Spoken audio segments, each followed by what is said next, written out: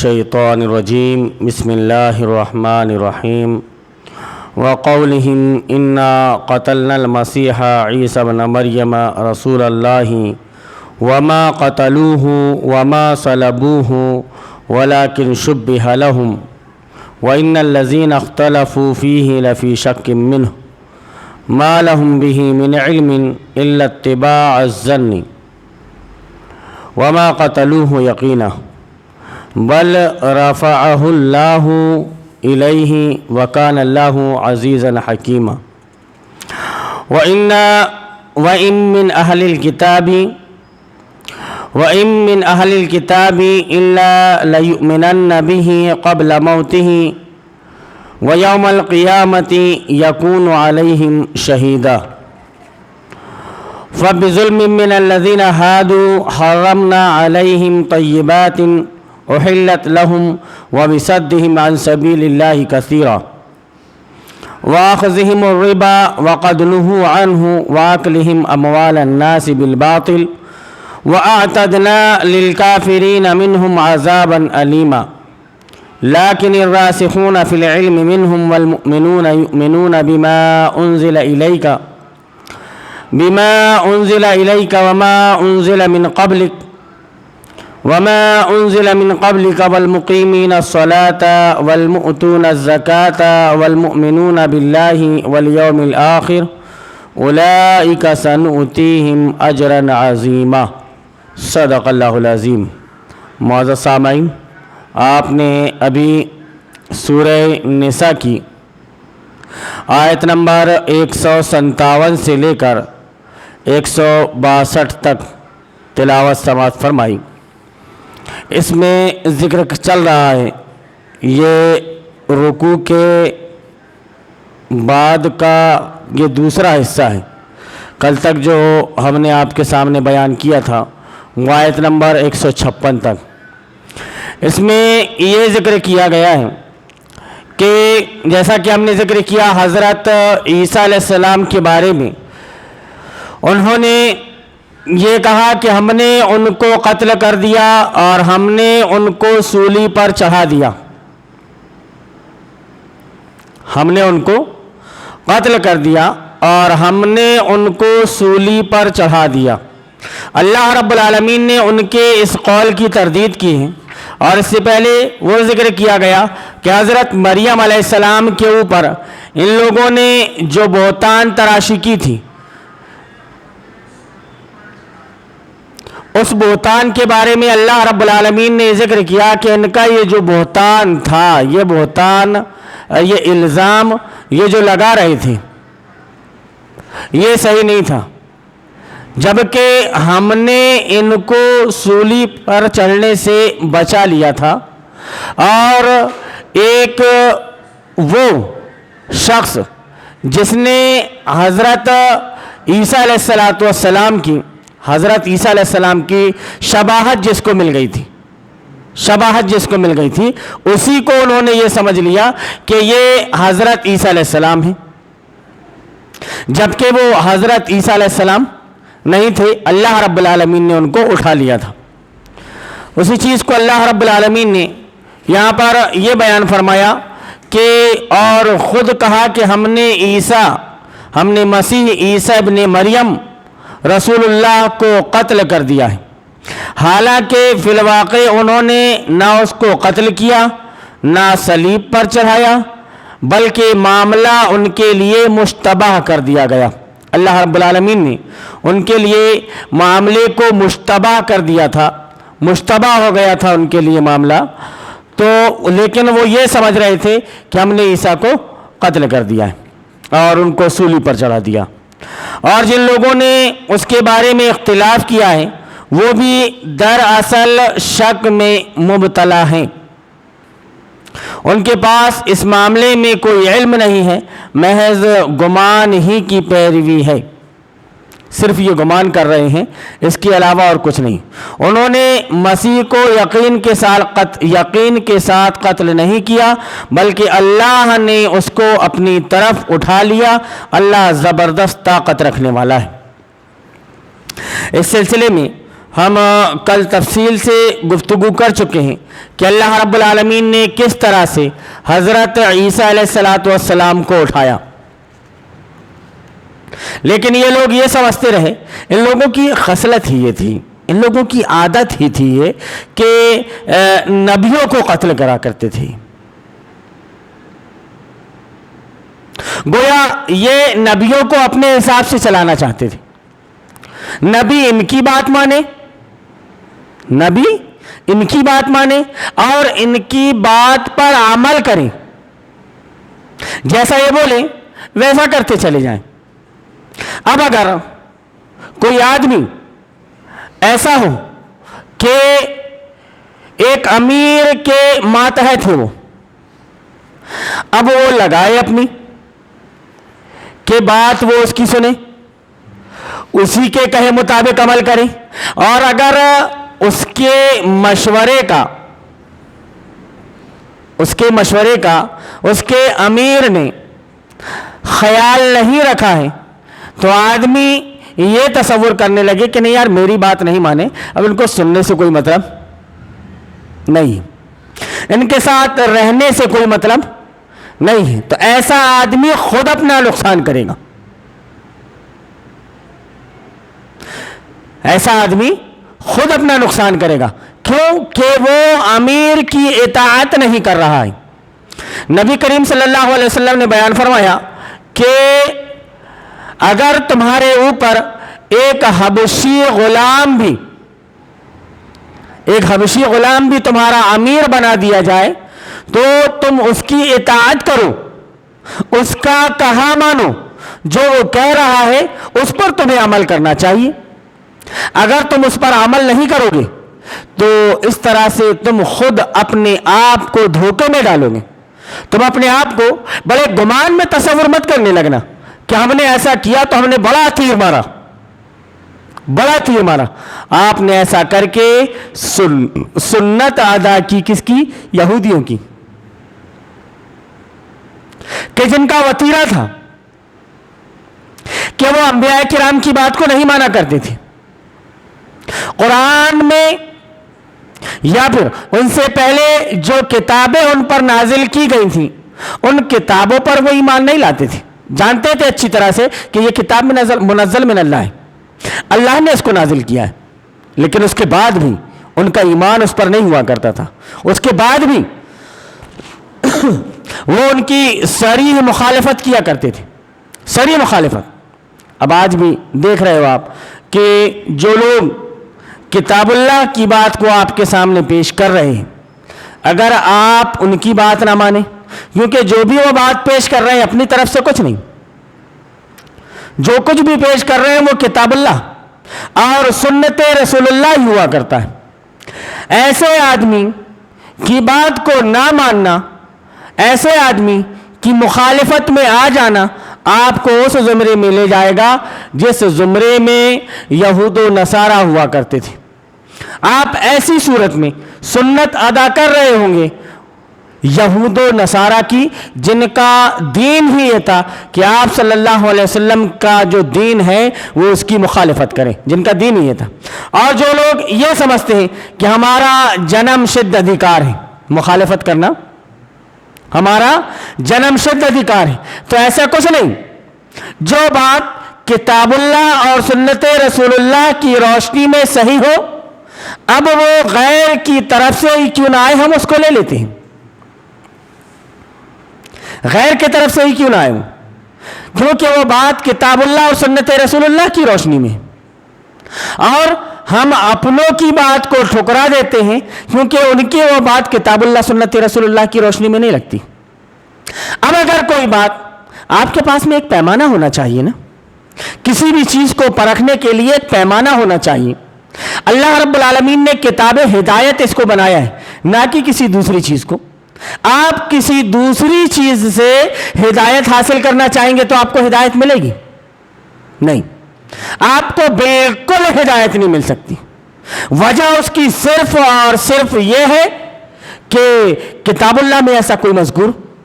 معاملہ نہیں ہے، ایسی کوئی چیز کتاب اللہ میں ذکر نہیں کی گئی جس کو وہ بیان کر رہا ہے.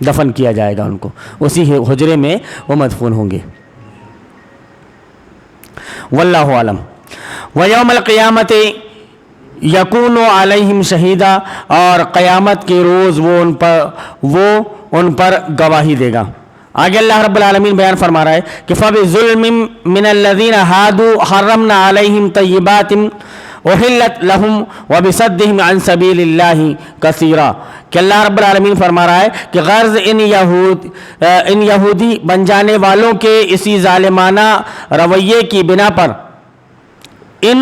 یہودیوں کے انہی ظالمانہ رویے کی بنا پر اور اس بنا پر کہ یہ بکثرت اللہ کے راستے سے روکتے ہیں اور سود لیتے ہیں جس سے انہیں منع کیا گیا تھا، اور لوگوں کے مال ناجائز طریقے سے کھاتے ہیں، ہم نے بہت سی وہ پاک چیزیں ان پر حرام کر دیں جو پہلے ان کے لیے حلال تھیں۔ اللہ رب العالمین نے ان کے لیے وہ ساری چیزیں جو ان کے اوپر حلال تھیں، اللہ رب العالمین نے ان کے اوپر حرام کر دیں۔ اس کا ذکر آگے انشاءاللہ آئے گا، وہاں پر اس کی تفصیل کے ساتھ اس سلسلے میں آپ کے سامنے باتیں بیان کی جائیں گی۔ یہاں پر پھر بیان کیا جا رہا ہے کہ ان لوگوں کا ظلم تھا، ان کا ظالمانہ رویہ، اور یہی رویہ ان کا نبی کریم صلی اللہ علیہ وسلم کے زمانے میں بھی برقرار رہا، اور یہ سود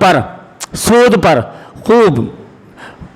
پیسہ دیا کرتے تھے، اور یہ کہتے تھے کہ انما البیع مثل الربا، کہ یہ جو بیع ہے یہ سود کی طرح ہے، کہ آدمی اس میں پیسہ لگاتا ہے تو پیسہ کماتا ہے۔ اسی طرح سے ہم جو پیسہ دے رہے ہیں ان کو سود پر، ان کو جو پیسہ دے رہے ہیں سود پر، تو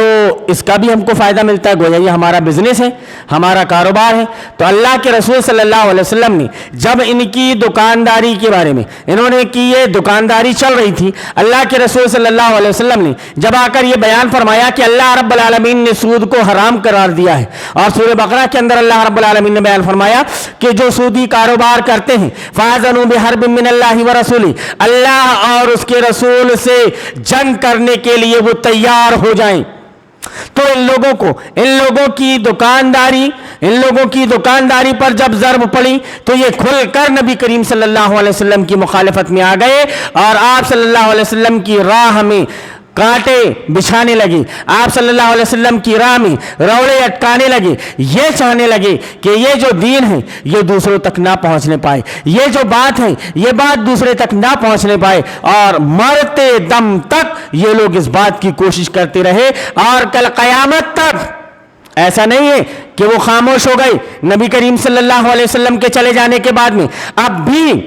ان کا یہ وتیرہ ہے کہ جو بھی وہ کام کرتے ہیں وہ شریعت محمدی کی مخالفت میں۔ ابراہیم لنکن کے بارے میں جیسا کہ ہم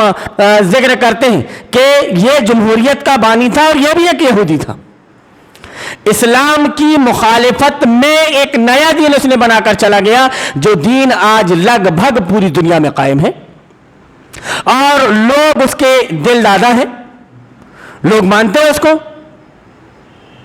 عمل کر رہے ہیں اس کے مطابق۔ تو کیا اللہ رب العالمین نے دنیا میں آپ کو ایسا ہی بیکار پیدا کر دیا کہ چرو چگو، اپنی ضروریات پوری کرو اور پھر گھر آ جاؤ؟ کام کے لیے نکلے، کام کیے، حلال حرام کی تمیز کے بغیر لے کر کے آئے، اور گھر میں بس فری، اس کے علاوہ کوئی کام نہیں۔ آج جو انسان کا بیشتر کام ہو گیا ہے بس وہ یہی، اللہ رب العالمین نے اس کو پیدا کیوں کیا ہے وہ بھول چکا ہے۔ اب ایسے وقت میں اگر ہم بھی بھلا بیٹھیں، اگر ایسے وقت میں ہم اس مقصد کو لوگوں کو یاد نہ دلائیں، ہم نبی صلی اللہ علیہ وسلم کے مقصد کو لوگوں کے سامنے پیش نہ کریں، تب ایسی صورت میں ہمارا حشر بھی وہی ہوگا جو ان کا حشر ہوا۔ نبی صلی اللہ علیہ وسلم کی بعثت کا جو مقصد تھا وہ یہ کہ لیظہرہ علی الدین کلہ، تاکہ وہ اس دین حق کو تمام کے تمام ادیان باطلہ پر غالب کر دیں۔ یہ ادیان باطلہ پر آپ غالب کیسے کریں گے؟ اس صورت میں جب ادیان باطلہ سے آپ کی دوستی اور یاری ہوگی، آپ دونوں کے درمیان میں ایک راستہ نکال رہے ہوں گے, اعتدال کی راہ تلاش کر رہے ہوں گے, معتدل بننا چاہ رہے ہوں گے. جبکہ ہم نے پچھلے درس میں بیان کیا, اس کا شارٹ کلپ بھی فیس بک اور یوٹیوب میں موجود ہے, کہ اللہ رب العالمین نے باقاعدہ یہ فتویٰ دیا ہے کہ جو لوگ کفر اور اسلام کے درمیان کوئی بیچ کی راہ نکالنا چاہتا ہے وہ پکا کافر ہے. اللہ رب العالمین کا فرمان, اس فرمان کو کیسے آدمی بھول سکتا ہے؟ یہ قرآن کی خاصیت ہے کہ آپ پڑھتے جاؤ پڑھتے جاؤ پڑھتے جاؤ, آپ کو کچھ نہ کچھ ملتا جائے گا اس سے. باخدا میں بتا رہا ہوں کہ جب یہ درس میں آپ کے سامنے آیا اور آپ کے سامنے درس دینا شروع کیا, وہ آیت آئی ایک دم سے اللہ رب العالمین نے 14 طبق روشن کر دیے کہ جو چیز کو لے کر, جس دعوت کو لے کر ہم بیٹھے ہیں وہی حق ہے, اس کے علاوہ کوئی دوسری دعوت حق نہیں ہے. ہم بلا رہے ہیں لوگوں کو کتاب اللہ کی طرف, ہم بلا رہے ہیں لوگوں کو سنت رسول اللہ کی طرف. تو کیا ہم غلط کر رہے ہیں؟ کیا ہم یہ بول رہے ہیں, اگر ہم یہ بول رہے ہیں کہ تم اللہ اور اس کے رسول کے فرمان کے مطابق زندگی گزارو, تو ہم اپنے اس کہنے میں, ہمارے اس قول میں ہم غلط ہیں؟ اگر آپ کو غلط سمجھنا ہے تو آپ غلط سمجھتے رہیں, لیکن سچی بات یہی ہے کہ آپ کو اپنی باتوں کی اصلاح کتاب اللہ اور سنت رسول اللہ کی روشنی میں کر لینی چاہیے. اللہ رب العالمین نے جن چیزوں کے بارے میں بالکل واضح فرما دیا, اس میں آپ کو بیچ کی راہ نکالنے کی ضرورت نہیں. اگر آپ نے بیچ کی راہ نکالنے کی کوشش کی جیسے بیچ کی راہ ان لوگوں نے نکالی تھی, تو اللہ رب العالمین تمہارا حشر بھی انہی کے ساتھ میں کر دے گا. وہ کبھی ایسا کرتے تھے کہ تمہارے ساتھ, کبھی یہ کرتے تھے کہ ان کے ساتھ, کبھی ادھر کبھی ادھر, کبھی ادھر کبھی ادھر, بس بھٹکتے رہے ادھر ادھر. جس کی مثال بھی یہ بیان کی گئی کہ دریا پار کرنے والا ایک تو پار کر چکا, ایک دریا کے پہلے ہی بیٹھا ہوا ہے اور دوسرا آدمی بیچ میں پھنسا ہوا ہے. اب وہ آدمی غرق ہو گیا موج آنے کے بعد میں, وہ آدمی جو بیچ کی راہ تلاش کرے گا, یا وہ آدمی جو تذبذب میں رہے گا, کبھی اس کو بھی نبھالوں کبھی اس کو بھی نبھالوں. یہ دونوں چیزیں اگر اس کے اندر رہیں گی تو اللہ رب العالمین اس کو دنیا میں بھی غارت کر دے گا, اور آخرت تو ابھی باقی ہے. لہم فی الآخرتی عذاب عظیم, ان کے لیے بڑا عذاب اللہ رب العالمین نے, بڑا دردناک عذاب اللہ رب العالمین نے ان کے لیے تیار کر رکھا ہے. تو اللہ رب العالمین ان کے بارے میں بیان فرما رہا ہے کہ ان کی حرکتوں کی وجہ سے, ارے اللہ رب العالمین نے ان کے لیے من و سلوہ نازل کیا, ان کو من و سلوہ اچھا نہیں لگا. گویا کچھ نیا کرنا ان کی فطرت ہوتی ہے, کچھ نیا کرنا. اور آج کا یہودی بھی اگر بیماری کے نام پہ کوئی چپ بنا کر آپ کو دے دے, کوئی چپ آپ کے بدن میں لگا دی جائے, تو اس میں بھی وہ اسلام کی مخالفت کی کوئی نہ کوئی سازش کر رہا ہے. یہ آپ کو ماننا پڑے گا. اسی لیے یہ کہا گیا کہ آپ ان کے ساری کی ساری پالیسی پروگراموں کا انکار کریں گے تبھی آپ مومن ہوں گے. کیوں؟ کہ وہ اسلام کی مطابقت میں کبھی نہیں آ سکتی. وَلَن تَرْضَىٰ عَنْكَ الْيَهُودُ وَلَا النَّصَارَىٰ حَتَّىٰ تَتَّبِعَ مِلَّتَهُمْ, کہ وہ تم سے راضی نہیں ہو سکتے یہاں تک کہ تم ان کی ملت کو مان لو. ایک معنی میں اس کا یہ بھی سمجھتا ہوں کہ اگر تم نے ان کی ملت کو مان بھی لیا تب بھی وہ تم پر اعتبار نہیں کریں گے. وہ اسی لیے اعتبار نہیں کریں گے کیونکہ وہ جانتے ہیں کہ ہم کتنے بڑے کمینے ہیں. ہم نے کس راستے سے گھس کر نبیوں کا قتل کیا ہے, ہم نے کس راستے سے گھس کر اسلام کا نقصان پہنچایا ہے, ہم نے کس راستے سے گھس کر لوگوں کو بہکایا ہے, وہ اچھی طرح سے جانتے ہیں. تو ان کے دل میں یہ شک اور شبہ پیدا ہو سکتا ہے کہ کہیں ایسا نہ ہو کہ تم ہمارا بانٹا دار کرنے کے لیے, ہماری پول کھولنے کے لیے تم ہمارے دین پر آ رہے ہو, تب بھی تم پر وہ اعتبار نہیں کریں گے. اعتبار وہ تم پر کر ہی نہیں سکتی. تو پھر تمہارا حال یہ ہوگا کہ نہ تم ادھر کے رہو گے نہ ادھر کے رہو گے, نہ تم ان کے اعتبار میں رہو گے نہ ادھر قرآن و حدیث کے معیار پر کھڑے اترو گے. ایسی صورت میں پھر دردناک عذاب کے لیے آپ تیار کھڑے رہو, جن کے جو اللہ رب العالمین نے جو خوشخبری ان کے لیے دی تھی کہ وَأَعْتَدْنَا لِلْكَافِرِينَ مِنْهُمْ عَذَابًا أَلِيمًا, اور جو لوگ ان میں سے کافر ہیں ان کے لیے ہم نے دردناک عذاب تیار کر رکھا ہے. تو اللہ رب العالمین نے یہ ساری چیزیں تیار کر رکھی ہیں ان کے لیے. اب کیا ہو, اللہ رب العالمین آگے بیان فرما رہا ہے کہ مگر ان میں جو لوگ پختہ علم رکھنے والے ہیں اور ایماندار ہیں وہ سب اس تعلیم پر ایمان لاتے ہیں جو تمہاری طرف نازل کی گئی. اشارہ ہے عبداللہ بن السلام اور ان جیسے لوگوں کے صحابیوں کی طرف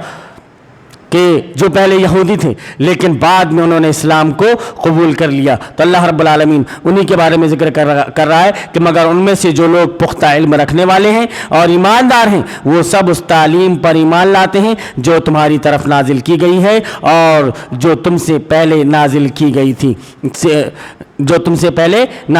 تھی اس پر بھی ان کا ایمان ہوتا ہے، اور جو تمہاری پر نازل کی گئی ہے اس پر بھی ان کا ایمان ہوتا ہے، اور وہ ایمان لے آتے ہیں اور آپ کے شانہ بشانہ چلنے لگتے ہیں۔ اس طرح کے ایمان لانے والے اور نماز و زکوٰۃ کی پابندی کرنے والے اور اللہ اور روز آخرت پر سچا عقیدہ رکھنے والے لوگوں کو ہم ضرور اجر عظیم عطا کریں گے۔ یہاں پہ اللہ رب العالمین ان لوگوں کے بارے میں بیان فرما دے رہا ہے کہ دیکھو کہ جن لوگوں نے ایمان لایا تو ان لوگوں کے لیے نماز پڑھی، زکوٰۃ ادا کی، گویا انہوں نے شریعت کو نبھایا۔ صرف آپ اس سے یہ نہ سمجھ لیں کہ نماز روزہ کر لینا کہ آپ نے صرف نماز پڑھ لی، آپ نے زکوٰۃ دے دی، آپ کا ایمان اللہ پر ہے۔ بھائی جس کا ایمان اللہ پر ہوگا وہی تو نماز کرے گا، روزہ رکھے گا، زکوٰۃ دے گا، یوم آخرت پر جس کا ایمان ہوگا وہی تو یہ سب کچھ کرے گا۔ آپ ایمان کے تقاضے کو پورا کریں۔ آدمی کیا ہوتا ہے کہ اور اس کے درمیان لوگوں کے درمیان میں یہ چیز بھی بڑی عام ہو گئی کہ جو صرف نماز روزہ کر لیتا ہے لوگ اس کو یہ سمجھنے لگتے ہیں کہ بڑا متقی پرہیزگار آدمی ہے، بڑا دیندار آدمی ہے، بڑا دیندار خاندان ہے، بڑا دیندار گھرانہ ہے۔ اس سے پوچھو کہ دیندار گھرانہ کیسے؟ نماز روزے کے بڑے پابند لوگ ہیں، نماز روزے کے بڑے پابند لوگ ہیں۔ گویا تمہارے نزدیک نماز روزے کو ہی اہم بنا کر کے رکھ دیا گیا اور باقی دوسری چیزوں کو ہٹا دیا گیا۔ ہم ایسا نہیں کہہ رہے ہیں کہ نماز روزے کی اہمیت نہیں، نماز روزے کی اہمیت اپنی جگہ مسلم ہے، لیکن جو کلمہ ہے اور کلمے کے جو تقاضے ہیں آپ کو ان تقاضوں کو پورا کرنا پڑے گا۔ آپ نے جیسے ہی لا کہا تو آپ نے انکار کر دیا تمام معبودان باطلہ کا، تمام معبودان باطلہ کا، تمام ادیان باطلہ کا آپ نے انکار کر دیا، پھر آپ نے اللہ پر ایمان لے آیا۔ شیخ الاسلام محمد بن عبد الوہاب رحمۃ اللہ علیہ ذکر کرتے ہیں کہ علم ان اول ما فرض اللہ علی ابن آدم الکفر بالطاغوت والایمان باللہ، کہ جان لو کہ اللہ رب العالمین نے ابن آدم کے اوپر جو سب سے پہلی چیز فرض کی ہے وہ طاغوت کا انکار ہے، پھر اس کے بعد ایمان باللہ ہے۔ آپ یہ نہیں کہہ سکتے کہ ایمان باللہ پہلی چیز ہے، طاغوت کا انکار تو بعد کی چیز ہے۔ اگر طاغوت کا انکار بعد کی چیز ہوتی تو کلمے کی ابتدا ہی لا سے نہیں ہوتی۔ تو میں آپ کو یہاں پر کچھ سمجھانے کے لیے بیٹھا ہوں، کتاب اللہ اور سنت رسول اللہ کی روشنی میں وہ چیزیں آپ کے سامنے بیان کرنے کی کوشش کر رہا ہوں جو چھپا لی گئی، جن کو چھپا لیا گیا اور آپ کے سامنے ایک مصنوعی دینداری پیش کر دی گئی کہ اگر آپ ایسے دیندار بن جائیں گے تو اللہ رب العالمین جنت میں آپ کو جگہ دے دے گا۔ میرے بھائیوں یہ بتاؤ کہ اگر صرف نماز پڑھنا ہی مقصود ہوتا، اگر صرف روزہ رکھنا ہی مقصود ہوتا تو نبی کریم صلی اللہ علیہ وسلم جو اتنی پریشانیاں آپ صلی اللہ علیہ وسلم نے گزاری، آپ کے اصحاب نے اتنی پریشانیاں گزاری، ان کو اتنی پریشانیاں گزارنی ہی نہیں پڑتی۔ تو کہتا کہ تم نماز پڑھو، تمہاری نماز سے کس کو دقت ہے؟ تم روزہ رکھو، تمہارے روزے سے کس کو دقت ہے؟ لیکن یہ جو تم بات کر رہے ہو کہ جب تم نے اللہ کو مان لیا تو سارے معبودان باطلہ کا تم کو انکار کرنا پڑے گا۔ اللہ رب العالمین کی بندے پر چلے گی، بندے کی بندے پر نہیں چلے گی۔ تمہاری یہ بات حلق سے نیچے نہ کفار و مشرکین کے اتری، نہ یہود و نصارہ کے اتری، اور ان کے جو پیروکار آج اس زمانے میں موجود ہیں ان کے حلق سے نیچے بھی یہ بات نہیں اتر سکتی۔ وہ مان ہی نہیں سکتے کہ نبی کریم صلی اللہ علیہ وسلم جو دین کو لے کر آئے تھے وہ تمام ادیان باطلہ پر غالب ہونے کے لیے آیا ہے، وہ یہ مان ہی نہیں سکتے۔ وہ تو بلکہ بیچ کی راہ تلاش کرنے کے چکر میں رہیں گے کہ آپ سے بھی اچھی بنی رہے بھائی جان، اور بھائی جان آپ سے بھی اچھی بنی رہے، دونوں سے معاملہ اچھا بنا رہے کہ ہمارے ہاتھ میں جنت بھی آ جائے اور دنیا میں ہمارا نقصان بھی نہ ہو۔ اگر دنیا میں تمہارا نقصان نہ ہو تم اچھائی کو پالو، اگر یہ مقصود ہوتا تو نبی کریم صلی اللہ علیہ وسلم اتنی جنگیں جو آپ صلی اللہ علیہ وسلم نے غزوہ بدر سے لے کر شروع کی تھی، اتنی جنگیں آپ صلی اللہ علیہ وسلم نہیں کرتے۔ جتنی قربانیاں آپ کے اصحاب کو دینی پڑی